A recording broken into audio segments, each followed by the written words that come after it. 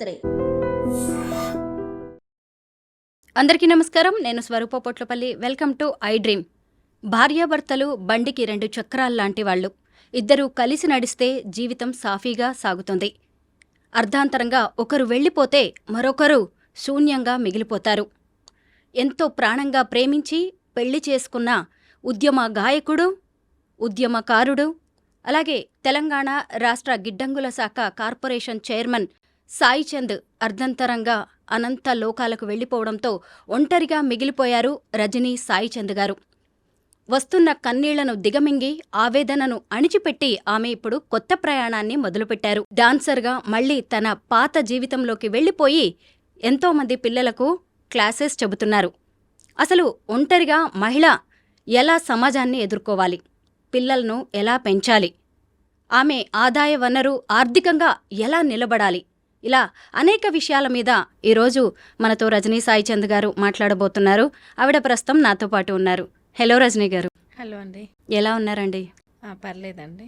రజనీ గారు, ఎప్పుడు మీరు గుర్తొచ్చినా నాకు మీ ప్రేమ కథ గుర్తొస్తుంది, మీరు పడ్డ ఆవేదన గుర్తొస్తుంది. అయితే ఇప్పుడు మీరు డాన్సర్గా కొత్త ప్రయాణాన్ని మొదలుపెట్టారు. ముందుగా దాని గురించి తెలుసుకుందాం. అంటే ఇది కొత్త ప్రయాణం ఏం కాదు. నేను నేర్చుకున్నదే, నాకు తెలిసిందే, నేను ఇంతకుముందు చేసిందే. అంటే ఇప్పుడు ఉన్నలో మేము అపోజిషన్లో ఉన్నాము, పొలిటికల్ లీడర్గా సరే బాధ్యత ఉన్నప్పటికీ కూడా నాకంటూ ఒక స్పెషల్ యాక్టివిటీ, స్పెషల్ ఆర్ట్ కూడా ఉంది కాబట్టి నేను దాని మీద కూడా కొంత ఫోకస్ చేశాను అంతే. అంటే డాన్స్ క్లాసెస్ తీసుకోవాలనే ఆలోచన ఎలా అట్లేం లేదు. బిఫోర్ కూడా నేను తీసుకునేదాన్ని, క్లాసెస్ చెప్పేదాన్ని, పర్ఫార్మెన్సెస్ కూడా ఇచ్చాను. బట్ ఇప్పుడు అధికారం పార్టీగా ఉండి ఒక కార్పొరేషన్కి చైర్మన్గా ఉన్నప్పుడు ఉండే వెసులుబాటుకి ప్రతిపక్షంలో ఉన్నప్పుడు కొంత వెసులుబాటు దొరుకుతుంది కాబట్టి డ్యాన్స్ కాదు, నేను డ్యాన్స్ థియరీ క్లాసెస్ అనేది చెప్తున్నాను. ఇదంటే నేను కూడా మర్చిపోకుండా ఉంటాను. నాకు కూడా ఏదైనా, మనం ఏ ఆర్ట్ కావచ్చు, ఏ పనైనా మనం నిరంతరంగా చేస్తూ ఉంటే ఉండేది, గ్యాప్ వస్తే మనకు కాన్ఫిడెన్స్ అనేది పోతుంది. అండ్ నేర్చుకున్నది కూడా మనం మర్చిపోయినట్టు అవుతుంది. ఇక డ్యాన్స్ అంటే నేను ప్రాక్టికల్ గురించి చెప్పట్లేదు, థియరీ పార్ట్ చెప్తున్నాను. పిల్లలిద్దరిలో నేను బాబుని చూశాను. చరీష్ పాట చాలా బాగా పాడాడు, వాళ్ళ నాన్నని గుర్తు చేశాడు. పాపకేమైనా మీలాగా డాన్స్ మీద ఇంట్రెస్ట్ ఉందా? పాప బాగా డ్యాన్స్ చేసిద్ది. ఇక ఇప్పుడే కదండి పిల్లలు, ఆల్మోస్ట్ ఇప్పుడున్న జనరేషన్లో ఏంటంటే ప్రతి పిల్లలకి ఏదో ఒక ఎక్స్ట్రా యాక్టివిటీ ఉంటుంది. బాడీ మూమెంట్ ఫ్రీగా ఉండడము, లేదు సాంగ్స్ పాడడము, గేమ్స్ బాగా ఆడడము, అట్లా ఎక్స్ట్రా యాక్టివిటీస్ లేకుండా పిల్లలు ఉండట్లేరు. వాటిని కొంచెం బూస్టప్ చేసి మనం ఎంకరేజ్ చేస్తే ఇంకా మంచిగా దాంట్లో జెమ్స్ అవుతున్నారు. అట్లాగే మా పాప కూడా తను కొంచెం డ్యాన్స్ మంచిగా చేసిద్ది. పొలిటికల్గా కూడా మీరు చాలా యాక్టివ్గా కనిపిస్తున్నారు. బీఆర్ఎస్ నేతగా మంచి పేరు తెచ్చుకుంటున్నారు. ఆ జర్నీ ఎలా ఉందండి? పొలిటికల్ జర్నీ అంటే ఇప్పుడు మేము ప్రతిపక్షంలో ఉన్నాం కాబట్టి ప్రజా సమస్యల మీద స్పందించాలి. ప్రతి ఒక్క ఇష్యూ మీద మాదైన కోణంలో మేము స్పందిస్తున్నాము, వెళ్తున్నాము, వీలైన చోట్ల పార్టిసిపేట్ చేస్తున్నాము. మాకు తెలిసిన దాన్ని, అంటే ప్రజలు పడుతున్న ఇబ్బందుల్లో మాకు తెలిసిన దాన్ని ఇంకా ఈ రకంగా ఉంటే బాగుంటుంది, ఆ రకంగా ఉంటే బాగుంటుందని ప్రభుత్వానికి కూడా సలహాలు ఇస్తున్నాం. సరే, వాళ్ళు రిసీవ్ చేసుకోకపోవచ్చు, కానీ సలహాలు ఇవ్వడం మాత్రం మా బాధ్యత కాబట్టి ఇస్తున్నాము. ఖచ్చితంగా భవిష్యత్తులో ఒక మంచి నాయకురాలిగా మాత్రం నన్ను చూస్తారు. మీ ప్రేమ, మీ పెళ్ళి, మీ పొలిటికల్ జర్నీ, గిడ్డంగుల శాఖ చైర్మన్గా కూడా, కార్పొరేషన్ చైర్మన్గా కూడా మీరు పనిచేశారు. ఇలా అన్ని కోణాల్లో మిమ్మల్ని చాలామంది ఫాలో అవుతూ ఉన్నారు. ఈ రోజుకి కూడా ప్రేమ వివాహం, కులాంతర వివాహం అంటే చాలు పెద్దవాళ్ళు ఒప్పుకోవట్లేదు, ఈవెన్ సొసైటీ కూడా యాక్సెప్ట్ చేయట్లేదు. ఒక్కసారి మీ ప్రేమ విషయంలో జరిగిన విషయాలేంటో తెలుసుకుందాం. మీ ఫ్లాష్ బ్యాక్కి వెళ్దాం. అంటే సగటుగా అంటే కామన్గా ఏం ఆలోచిస్తారంటే పేరెంట్స్కి ఎప్పుడు కూడా ఎంత ఎదిగినా పిల్లల్లానే అంటే వాళ్ళు పిల్లల్లానే ఉంటారు, పిల్లల్లానే కనిపిస్తారు. కాబట్టి పిల్లలు తీసుకునే నిర్ణయాలు వాళ్ళ భవిష్యత్తులో వాళ్ళని ఏమన్నా ఇబ్బంది పెడతాయా? ఎందుకంటే వాళ్ళ జీవితంలో చాలా ఎక్స్పీరియన్సెస్ ఫేస్ చేసి ఉంటారు, విని ఉంటారు, చుట్టుముట్టు చూసి ఉంటారు. కాబట్టి వాళ్ళలో ఒక భయం ఉంటుంది. బహుశా సమాజంలో మా పిల్లలు ఇవన్నీ ఎదుర్కోవద్దనే కదా మేము ఇంత కష్టపడుతున్నాం, మళ్ళీ పోయి ఇవన్నీ ఎదుర్కోవాల్సి వస్తుందేమో అని భయపడతారు. కాబట్టి పేరెంట్స్గా వాళ్ళు పడే భయంలో కూడా ఒక అర్థం ఉంది. కానీ భయపడి పిల్లల జీవితాలను మాత్రం అది చేయొద్దు కదండి. వాళ్ళకంటూ కొన్ని ఆశలు, కొన్ని ఇష్టాలు, అందులోనూ వాళ్ళు వాళ్ళ జీవితంలో ఏ నిర్ణయం తీసుకోవాలనేది కూడా వాళ్ళ మైండ్ సెట్ మీద, వాళ్ళ ఫ్యూచర్ మీద ఆధారపడి ఉంటుంది. కాబట్టి చాలామంది పేరెంట్స్ ఏంటంటే కొంచెం కఠినంగా ఏదైనా లవ్ మ్యారేజ్ అంటే, లేదు సెలెక్ట్ చేసుకునే వాళ్ళ మీద ఏం తెలియకపోవడం వల్ల, అంటే ఎటువంటి పర్సన్ని సెలెక్ట్ చేసుకుంటారో ఏంటో అన్న భయంతో ఒక రకంగా బిహేవ్ చేస్తుంటారు. ఇక సమాజంలో మనం ఎంత కాదన్నా కులాలు, మతాలు, ఆర్థిక అసమానతలు, ఫైనాన్షియల్గా మాకు ఈక్వలా కాదా, లేదు మా క్యాస్ట్కి సంబంధించిన వాళ్ళని చేసుకోకపోతే రిసీవ్ చేసుకుంటారో లేదో, ఈ రకమైన సమాజంలో మనం ఉన్నాం. ది సేమ్ టైం మా మ్యారేజ్లో కూడా ఇవన్నీ అడ్డొచ్చినాయి. మేము వాటన్నిటిని అధిగమించినాం. ఒక రకంగా చెప్పాలంటే మేము నిలబడతాము, మేము చదువు విషయంలో నెగ్లెక్ట్ చేయలేదు, సొసైటీ పట్ల బాధ్యతగా ఉన్నాము. ఎవ్వరికి వాళ్ళు ఇప్పుడు సాయి అంటే ఒక భర్తగా మెన్గా తను ఎదగడమే కాదు, నేను చదువుకోవాలి, నేను ఎదగాలి, నేను నా కాళ్ళ మీద ఒకరి మీద డిపెండ్ కాకుండా నిలబడాలి అంటే ఈ రకంగా ఆలోచించినాం కాబట్టే పేరెంట్స్ని ఒప్పియగలిగాం. అంటే ఇప్పుడు లవ్ చేసుకునే వాళ్ళకి ఏదో ఇమీడియట్గా ఒక ఫేస్బుక్లోనో, ఒక ఇన్స్టాలోనో, లేదా సోషల్ అకౌంట్లోనో ఇంకెక్కడనో కలవడము, లవ్ ఎట్ ఫస్ట్ సైట్ లాగా ఇమీడియట్గా యాక్సెప్ట్ చేసుకోవడము, వాళ్ళ గురించి పూర్తిగా ఏం తెలియకుండా తర్వాత ఎంబడే విడిపోవడము, ఇవన్నీ జరుగుతున్నాయి. ఇప్పుడు సొసైటీలో ఇటువంటివి చాలా చూస్తున్నాం. కాబట్టి ఒక ఇద్దరు కలిసి జీవించడం అనేది, ఆ జర్నీ అనేది చిన్న విషయం కాదు. అనేక డిఫరెన్సెస్ ఉంటాయి. వాటిని ఒకరినొకరు అర్థం చేసుకోవడం, ఈ వ్యక్తి ఇలా ఉంటాడు అని మనకు అర్థం కావాలి అంటే తన గురించి కొంత జర్నీ చేస్తే తెలుస్తుంది. తెలిసిన తర్వాత కూడా ఇప్పుడు ఏం ఫీల్ అవుతారంటే నేను ఎందుకు కాంప్రమైజ్ కావాలి, లేకపోతే తనెందుకు కాంప్రమైజ్ కావాలి, లేకపోతే నువ్వులానే ఉండు. ఈ సొసైటీలో ఏ ఒక్కరూ నువ్వులా బతకలేరండి. మనం మన పిల్లల కోసం బతుకుతాం, మన పేరెంట్స్ వాళ్ళ పిల్లల కోసం బతుకుతారు, హస్బెండ్ కోసం కొన్నిసార్లు, బ్రదర్ కోసం కొన్నిసార్లు, సిస్టర్ కోసం కొన్నిసార్లు, నైబర్ కోసం కొన్నిసార్లు, ఇలా సమన్వయంతో బతుకుతాం మనం సొసైటీలో. అది లోపించడం వల్లే ఈరోజు ఏ రిలేషన్షిప్ అయినా దెబ్బతింటూ ఉన్నాయి. కాబట్టి లవ్ మ్యారేజెస్ ఏం తప్పు కాదు, కానీ పేరెంట్స్కి అర్థమయ్యేటట్టు చెప్పి వాళ్ళని ఒప్పించి చేసుకోవాలనేది మేము చేసింది అయితే అది. పేరెంట్స్ కూడా కొంచెం వీళ్ళ అన్ని లవ్ మ్యారేజెస్ ఒకటేలాగుంటాయి, అందరూ వ్యక్తులు ఒకటేలాగుంటారు అనే భయం పక్కన పెట్టి అసలు వాళ్ళు ఎందుకు, ఏ రకంగా వాళ్ళకు ఒకవేళ తెలియకపోతే చెప్పండి, జీవితం అంటే ఇలా ఉంటుంది, ఇలా నడుచుకోవాలి, ఇలా ఉండాలి, ఇలా ఉంటే రిలేషన్షిప్స్ చాలా లాంగ్ జర్నీతో కూడుకున్న రిలేషన్షిప్స్గా ఉంటుంది అనేది చెప్పాల్సిన బాధ్యత పేరెంట్స్ది. పేరెంట్స్కి అర్థమయ్యేటట్టు చేయాల్సిన బాధ్యత వీళ్ళది. మేము అలాగే చేసాము, అలాగే ఉన్నాము. సాయి చంద్ గారితో మీ లవ్ స్టోరీ ఎలా స్టార్ట్ అయింది? మా లవ్ స్టోరీ అంటే చెప్పాను కదండి, ఇంతకుముందు కూడా చాలాసార్లు చెప్పాను. స్టూడెంట్ ఉద్యమాల్లో పనిచేసేవాడు సాయి, అలా పరిచయము. సాయి మంచి సింగరు, రైటరు. నేను అప్పటికి క్లాసికల్ డ్యాన్స్ నేర్చుకుంటున్నాను, కొంచెం సెమీ క్లాసికల్ డ్యాన్స్ చేసేదాన్ని. ఒక కాలేజెస్ అకేషన్లో కలిసామన్నమాట. అన్ని కాలేజెస్ కలిసి ఒక కాంపిటీషన్ పెట్టారు, అందులో సాయి పార్టిసిపేట్ చేశాడు, నేను చేశాను. అలా పరిచయం. స్టూడెంట్ ఆర్గనైజేషన్లో పరిచయం. వాళ్ళు కాలేజ్ బంద్ పెట్టడానికి వస్తారు, డిఫరెంట్ ప్రాబ్లమ్స్ మీద ఫైట్ చేస్తూ ఉంటారు. అట్లా ఏంటి అందరిలా కాకుండా వీళ్ళు డిఫరెంట్గా ఆలోచించడం ఏంది, ఈ ఏజ్లో అందరి స్టూడెంట్స్లా కాకుండా ఏదో ఇష్యూని పట్టుకొని ఫైట్ చేయడం ఏంది, అవును ఒక మైనర్ బాలిక మీద అత్యాచారం జరిగితే వీళ్ళు ఫైట్ చేయడం ఏంది, వీళ్ళు మా అలాగే స్టూడెంట్, అలా మన దృష్టి అనేది అక్కడికి వెళ్తుంది కదా, అలా వెళ్ళడము. ఇక సాయి మెంటాలిటీ కొంచెం సైలెంట్గా, బాధ్యతగా తన పని ఏదో తను చేసుకుంటూ వెళ్ళడము, వేరే వాళ్ళతో కొన్ని ఒక ఏజ్లో ఉండే కొన్ని ఆకతాయి వేషాలు అంటారు కదా, అటువంటివి కూడా ఉండకపోవడము, ఇవన్నీ నన్ను కొంచెం మంచిగా ఇంప్రెస్ చేశాయి. అంటే ప్రేమించినంత మాత్రాన వెంటనే పెళ్లి చేసుకోవాల్సిన అవసరం కూడా లేదు. మనం ఏదో ఒక జాబ్లోనో లేదంటే ఏదన్నా అర్నింగ్ టైంలో పెళ్లి చేసుకుంటే మంచిది కదా. అసలు కొత్తగా ప్రేమించుకునే వాళ్ళకి మీరిచ్చే ఒక మెసేజ్ ఏంటి? అంటే జనరేషన్‌కి ఒక్కొక్కలాగా అయిపోయిందండి. ప్రేమైనా, రిలేషన్ అయినా, ఏదైనా.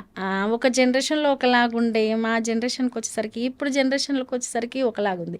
ఇప్పుడు జనరేషన్‌లో ప్రతి ఒక్కరు టెంపరరీగా, అది ఫైనాన్షియల్‌గా గూడా ఈ రోజుది ఈ రోజుకే, ఇప్పటిది ఇప్పటికే. లేదు ఇమ్మీడియేట్‌గా సెటిల్ అయిపోవాలి.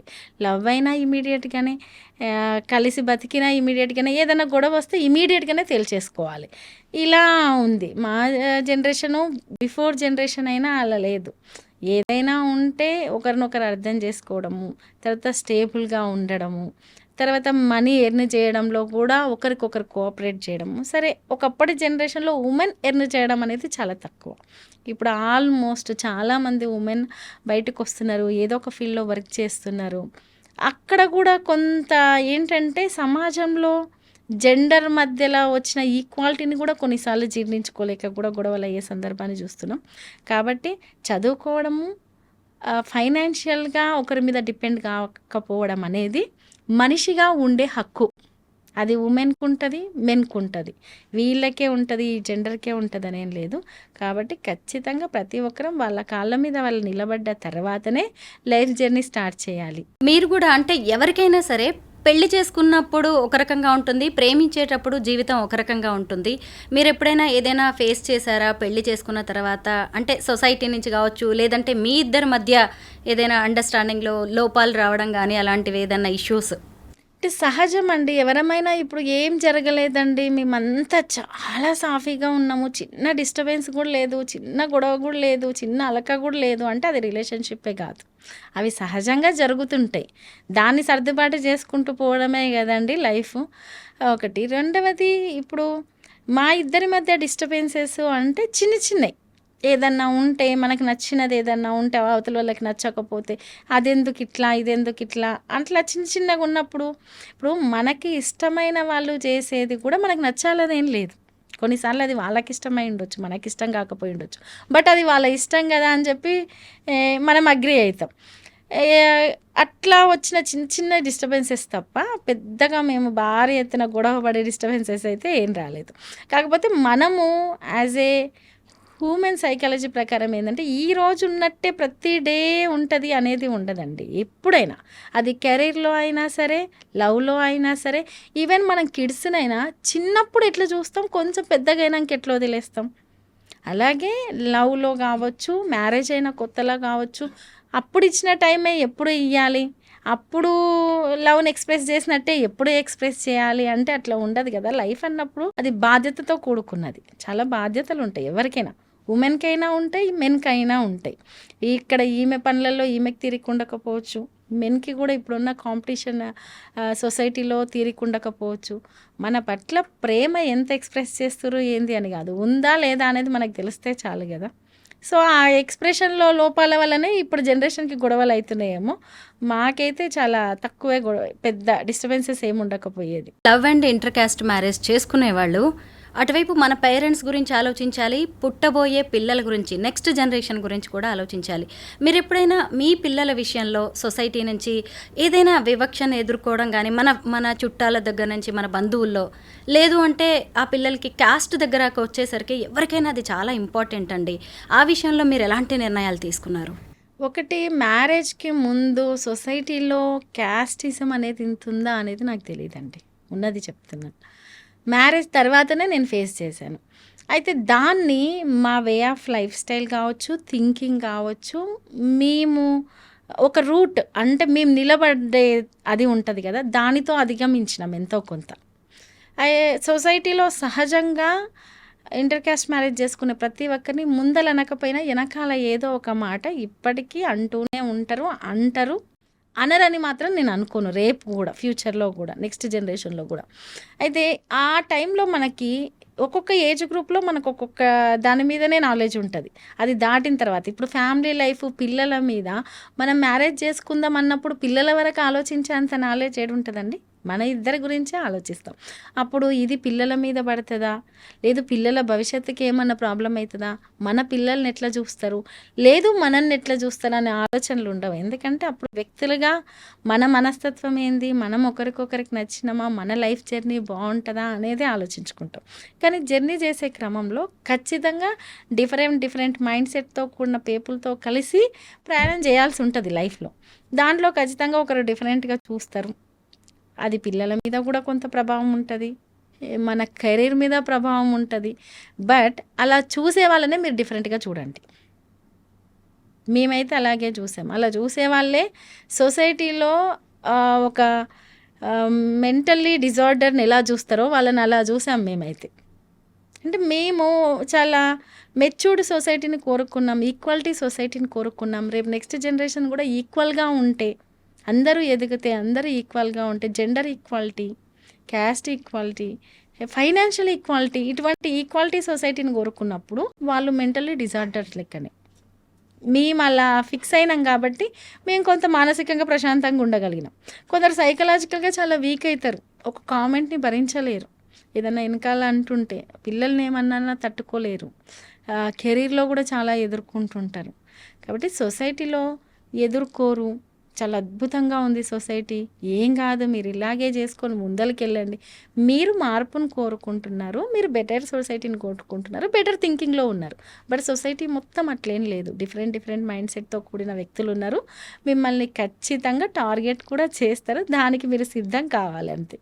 రజనీ గారు 100 ఏళ్ళు మీతో ఉంటారు అనుకున్నారు సాయి చంద్ గారు, కానీ ఆయన సడన్గా మీకు దూరం అయిపోయారు. 1.5 ఏళ్ళు అవుతున్నట్టుంది కదా ఆయన. అయితే సాయి చంద్ గారు ఆ రోజు ఎప్పుడైనా ఇంకేదైనా హెల్త్ ఇష్యూస్ ఉన్నాయా, ఆ రోజు ఏం జరిగిందండి? లేదండి, హెల్త్ ఇష్యూస్ ఏం లేదు. బట్ కరోనా అయితే కొంచెం చాలా సీరియస్గానే వచ్చింది. స్టెరాయిడ్స్ హెవీగా ఇచ్చారు, లంగ్స్ ఇన్ఫెక్షన్ వచ్చింది. హాస్పిటల్లో ఒక 15 డేస్, ఆల్మోస్ట్ 20 డేస్ వరకు హాస్పిటల్లో ఉన్నారు. డిశ్చార్జ్ అయినాక కూడా మేము రెగ్యులర్గా డాక్టర్ ఏదైతే ప్రిఫర్ చేస్తున్నారో ఆ టైప్ ఆఫ్ మెడిసిన్ తీసుకున్నాం. కొన్ని డేస్ వరకు స్టెరాయిడ్స్ హెవీగా ఇచ్చినందుకు బ్లడ్ థిన్నర్స్ వాడాలి, ఇవన్నీ చెప్తారు కదా. బట్ సాయి వర్క్ ఎట్లా అంటే కొంచెం ఒకటే ప్లేస్లో ఫుడ్ ఉంటుంది, ఒకటే టైప్ ఆఫ్ ఫుడ్ ఉంటుంది అనేది కాదు. నిద్ర కొంచెం తక్కువే, కొంచెం స్ట్రెస్తో కూడిన ఫీల్డే, ఎప్పుడు బ్రీత్తో పని ఉండేది. కాబట్టి ఏంటో నాకు అర్థం కాలేదు. కానీ అది కరోనా ఎఫెక్టా, ఇంకోటా, ఒకరు మీ కప్పులకి దిష్టి తగిలింది అంటారు, ఒకరు అది అంటారు. అంటే ఎవరి యాంగిల్లో వాళ్ళు అంటారు. ఎవరు ఏదైనప్పటికీ కూడా నష్టం అయితే జరిగింది. ఆ రోజు ఒక ఆల్ ఆఫ్ సెకండ్స్లో అంటారు కదా, అలా జరిగిపోయిందండి అంతే. మేము ఏమైంది అనుకునే లోపే సాయి పడిపోయాడు, హాస్పిటల్కి తీసుకెళ్ళడం.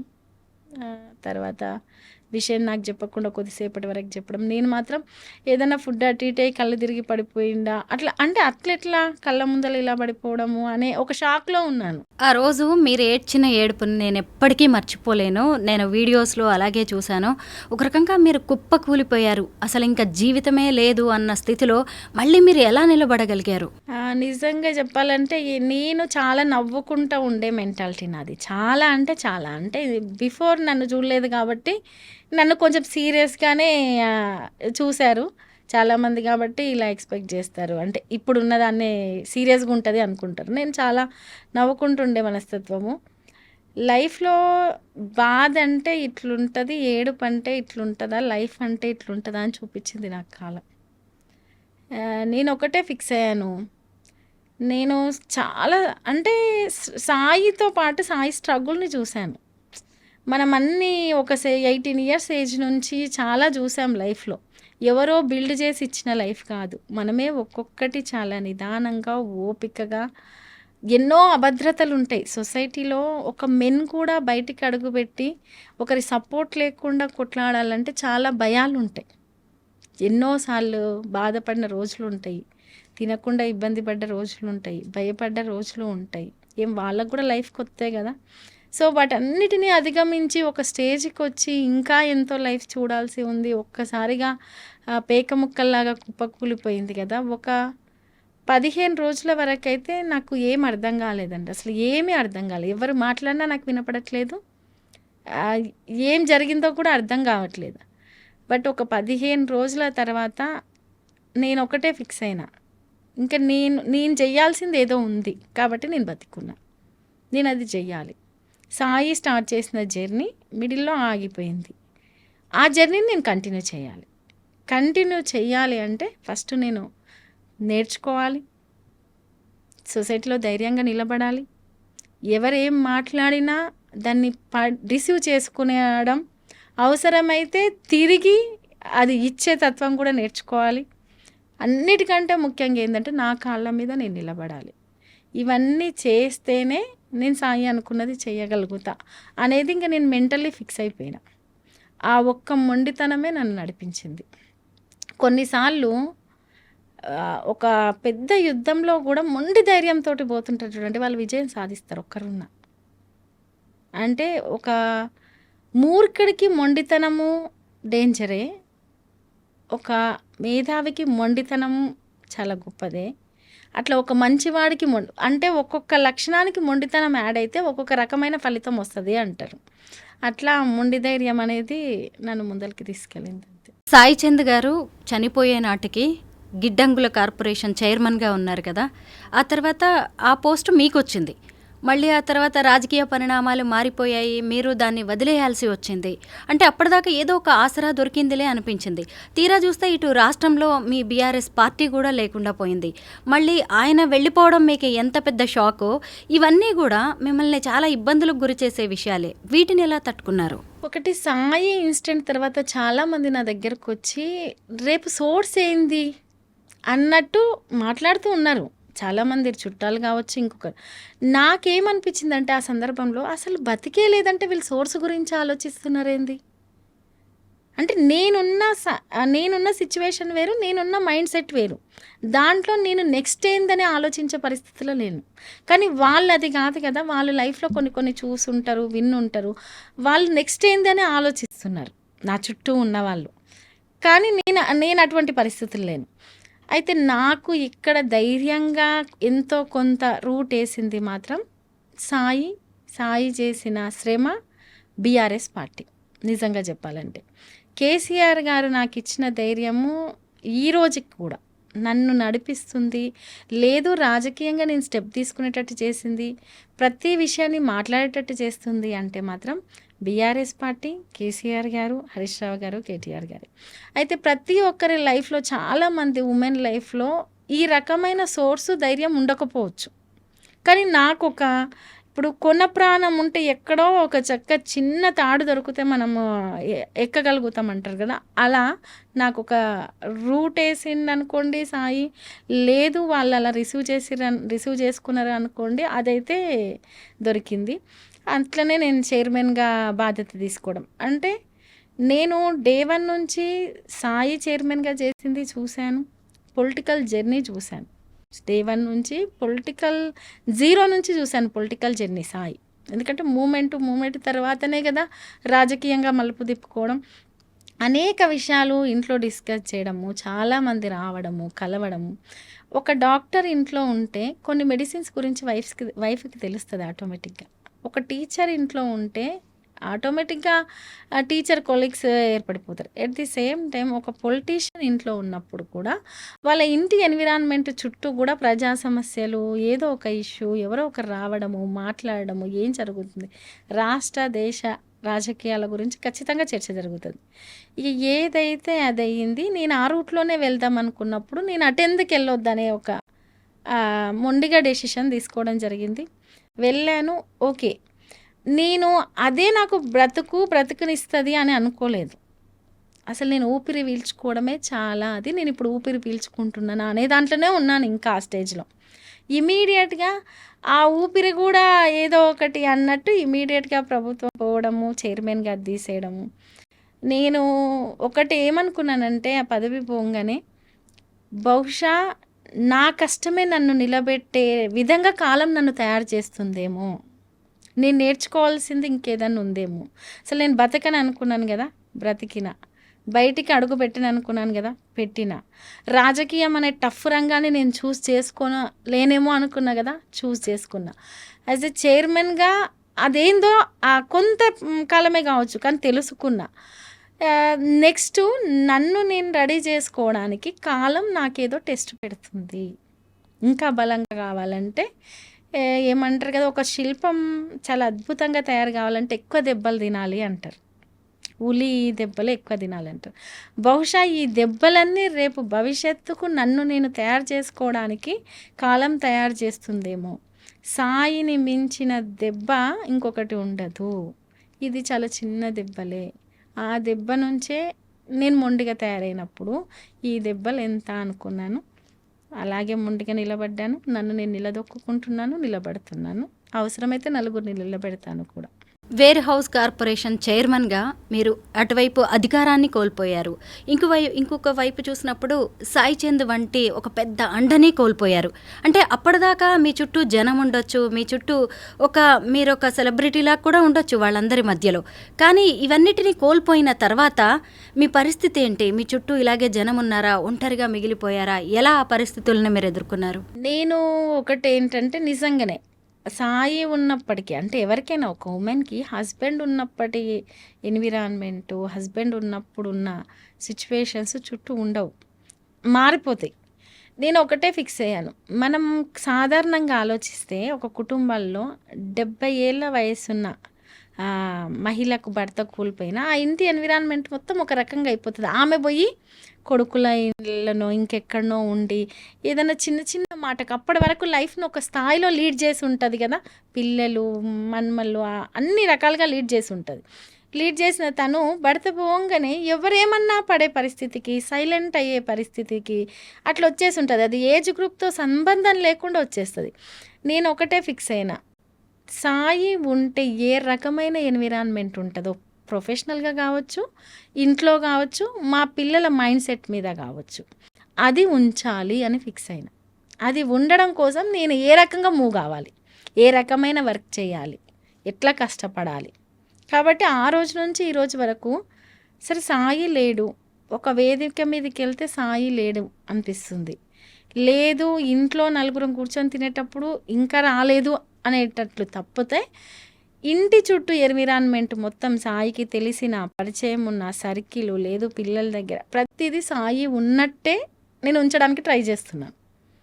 దానివల్ల ఏంటంటే నాకు కొంచెం కాన్ఫిడెంట్, నేను ఏదో ఒకటి చేస్తున్నాను, ఈయన ఉన్నట్టే చేస్తున్నాను, ఈయన చేసిన దాంట్లో కనీసం ఒక 30% అన్న చేయగలుగుతున్నాను అని. దానివల్ల ఆ లోటును భర్తీ చేయలేము, అది వేరే విషయం. కానీ నాకు రూట్ అనేది ఆ రూపంలోనే వెళ్తుంది. అంటే సాయి ఏదైతే వేసి పెట్టిండో ఆ రూట్లో మనిషి కనబడట్లేదు, కానీ నేను నడుస్తున్నా. సాయి చంద్ గారి ఆశయం ఏంటి? ఆయన లక్ష్య సాధనను మీరెలా సాధించబోతున్నారు? ఈరోజు కొత్తగా నేను చెప్పకపోయినా సొసైటీకి అందరికీ తెలుసు, సాయి ఉంటే ఇప్పటి వరకే అసెంబ్లీలో అడుగు పెట్టేవాళ్ళు, లేదు ఏదో ఒక ప్రజాప్రతినిధిగా మాత్రం ఖచ్చితంగా ఉండేవాడు. ఒక యంగ్, రేపు భవిష్యత్తుకు ఒక యంగ్ లీడర్గా మాత్రం ఒక మంచి, ముఖ్యంగా ఉమ్మడి పాలమూరు జిల్లాల్లో ఒక మంచి డైనమిక్ లీడర్గా మాత్రం ఉండేవాడు. నేను డే 1 రోజు బయటకు వచ్చినప్పటి నుంచి చెప్తున్నాను, ఒక కళాకారుడిగా సాయం చూశారు, ఒక చైర్మన్గా సాయం చూశారు. భవిష్యత్తులో ఇంకొక 10 ఏళ్ళు ఒక యంగ్ లీడర్గా ఉంటే సాయి ఎలా ఉండేవాడో కొంతమందికి మాత్రమే తెలుసు. అది నేను చేసి చూపిస్తాను, ఆ దిశగానే నేను వెళ్తున్నా అని చెప్పాను. ఖచ్చితంగా ఒక యంగ్ డైనమిక్ లీడర్గా సాయి ఎలా పనిచేసేవాడు అంటే, చాలామంది అనుకోవచ్చు ఎవరైనా చేస్తారు, పనిదేముందండి, అవకాశం వస్తే ఎవరైనా చేస్తారు. అవకాశాలు మనం ఎత్తుకుంటూ రావండి, అవకాశాలు మనం క్రియేట్ చేసుకోవాలి. అలాగే అనేక అవకాశాలను సాయి క్రియేట్ చేసుకుంటూ మెట్టు ఎక్కుకుంటూ వెళ్ళిండు. నాటే ఈజీ, తీసుకుపోయి ఎవరో అక్కడ కూర్చోబెట్టలేదు. అంత చిన్న ఏజ్లో కూడా అంత ఈజీగా కొన్ని ప్రాబ్లమ్స్ రావు, ఏదైనా అది వచ్చిందంటే కూడా చిన్న విషయం కాదు. కాబట్టి నేను ఆయన మెట్టు పేర్చుకుంటూ వెళ్ళిన దాన్ని రేపు నెక్స్ట్ జనరేషన్కి ఇంత అద్భుతంగా చేసి ఇక్కడ కుప్పకూలి పడిపోయింది అనే మాటను ఉంచదలుచుకోలే. అది తర్వాత నేను నిర్మించదలుచుకున్నా, ఖచ్చితంగా నిర్మిస్తా. పెద్ద ఎత్తున రాజకీయ రంగంలో, ఉమ్మడి పాలమూరు జిల్లాలో, నియోజకవర్గాల్లో ప్రజా సమస్యల మీద నా వంతు నేను ఎక్కడ సాధ్యమైతే అక్కడ, ఆ రోజు నుంచి ఈ రోజు వరకు ఇటు ఇంట్లో పిల్లల్ని చూసుకుంటూ, ఇక్కడ నేను క్లాసికల్ థియరీ క్లాసెస్ చెప్పుకుంటూ, ఒక బీఆర్ఎస్ పార్టీలో ఒక నాయకురాలుగా అనుకోండి, పోనీ చైర్మన్గా ఉంటూ నేను చేసే కార్యక్రమాలన్నీ నేను ప్రజాక్షేత్రంలో చేస్తూనే ఉన్నాను. మీరు వెల్ ఎడ్యుకేటెడ్, పీజీ చేశారు, క్లాసికల్ డాన్సర్. సాయి చంద్ గారు ఉన్నన్ని రోజులు ఆయన వెనకే ఉండిపోయారు. ఓ హోమ్ మేకర్గా ఉన్నారు, ఆయనకి అండగా ఉన్నారు, ఆయన అవసరాలన్నీ చూసుకుంటూ ఉన్నారు. ఒకేసారి ఆయన నిష్క్రమించడంతో ఇప్పుడు నెక్స్ట్ భవిష్యత్ ఏంటి, నేనేం చేయాలనే ఆలోచన వచ్చి ఉంటుంది కదా. చాలామంది ఇలాగే ఉంటారు. ఎందుకంటే వైఫ్, హస్బెండ్ జాబ్ చేస్తున్నాడు కదా, నేను ఇంట్లో ఉంటే చాలు, పిల్లల్ని చూసుకుంటే చాలు, ఆయన్ని చూసుకుంటే చాలు అనుకుంటారు. బట్ ఇలాంటి పరిస్థితిని ఎవరు ఎక్స్పెక్ట్ చేయరు. ఇప్పుడు మరి మీరు ఎలా మీ కాళ్ళ మీద మీరు నిలబడుతున్నారు ఆర్థికంగా? ఒకటండి, ఉమెన్ ఎలా ఉంటామంటే అండి, ఒక చిన్న కోటికి వెళ్ళి షాపింగ్ చేద్దామంటే కూడా మీరు వస్తారా అని అడుగుతాం. సహజం అది. అంటే మనకు తెలియక కాదు, వెళ్ళలేక కాదు, మన మనస్తత్వం అది అలా ఫిక్స్ అయిపోయింది అంతే. ఖచ్చితంగా ప్రతి ఒక్కటి చిన్న విషయం ఉన్న హస్బెండ్తో షేర్ చేసుకోకుండా ఉండము. ఈవెన్ చిన్న విషయం ఉన్న హస్బెండ్ని ఇన్వాల్వ్ చేయకుండా ఉండం. అందులోనూ ఒక హోమ్ మేకర్గా లేదు హౌస్ వైఫ్గా ఉండి కుటుంబాన్ని మాత్రమే చూసుకుంటున్న వాళ్ళు బయటి ప్రపంచంలో వెళ్ళి వేరే వర్క్ చేయడానికి మూవ్ అవ్వడం చాలా కష్టం. కొన్ని ఇయర్స్ వరకు అట్లా ఉన్నవాళ్ళు. అయితే నేను ఒకటేమనుకున్నానంటే, ఏదైనా అది ఉమెన్ కావచ్చు, మెన్ కావచ్చు, ఇప్పుడున్న సొసైటీలో ఫిజికల్గా చేసే వర్క్ కంటే మెంటల్గా నాలెడ్జ్ పరంగా చేసే వర్క్సే చాలా ఎక్కువగా ఉంటున్నాయి మన సొసైటీలో. అంటే ఉమెన్ ఎందుకు వెనకబడింది? ఫిజికల్గా కంపేర్ చేయడం వల్లనే వెనకబడ్డాం కదా.